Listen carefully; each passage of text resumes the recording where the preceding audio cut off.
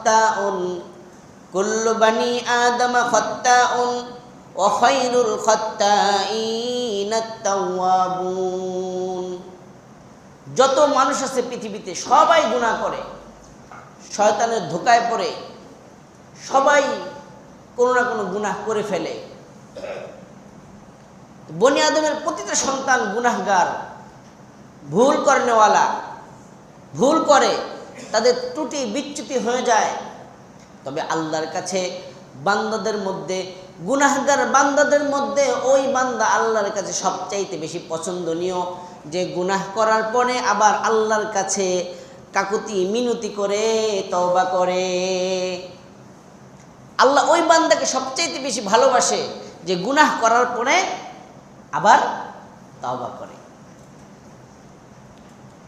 আল্লাহ রাসূল সাল্লাল্লাহু আলাইহি সাল্লাম এক হাদিসের মধ্যে বলেন, পৃথিবীর সব মানুষগুলো যদি এমন হয়ে যেত যে তারা কোনো গুনাহ করে না, একেবারে নিষ্পাপ, সারাদিন শুধু ইবাদত বন্দিগির মধ্যে তাদের সময়কে অতিবাহিত করে, তা আল্লাহ তাআলা ওই জাতিকে ধ্বংস করে এমন একটা জাতি সৃষ্টি করতেন যারা গুনাহ করবে আবার তওবা করবে, গুনাহ করবে আবার তওবা করবে।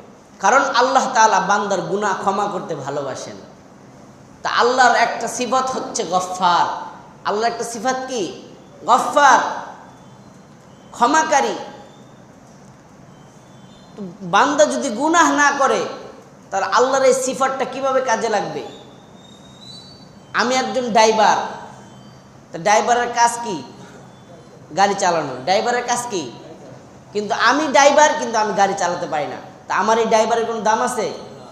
আল্লাহ গফফার, আল্লাহ গুনাহ ক্ষমাকারী, কিন্তু আল্লাহ কারো গুনাহ ক্ষমা করে না, কারণ কারো তো গুনাহই নাই। তা আল্লাহর এই গফফার দিয়ে কি হবে? এই জন্য আল্লাহ তাআলা বান্দার গুনাহ ক্ষমা করতে ভালোবাসেন। তবে বান্দা গুনাহ করার পরে বান্দার তওবা করতে হবে। যেই বান্দা গুনাহ করার পরে তওবা করে আল্লাহ তাআলা ওই বান্দাকে সবচাইতে বেশি ভালোবাসেন। আমি ইচ্ছা করলেও আমার গুনাহ হয়, আমি যদি ইচ্ছা না করি তারপরও আমার দ্বারা গুনাহ হয়ে যাবে।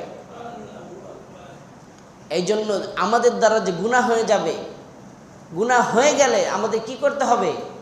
তওবা করতে হবে। আল্লাহ রাসূল সাল্লাল্লাহু আলাইহি সাল্লাম বলেন, তুবা তুবা লিমান ওয়াজিদা ফি ইয়াউমিল কিয়ামাতি ইস্তিগফারান কাসীরা। কিয়ামতের দিন ওই সকল বান্দারা, ওই সকল ব্যক্তিরা, ওই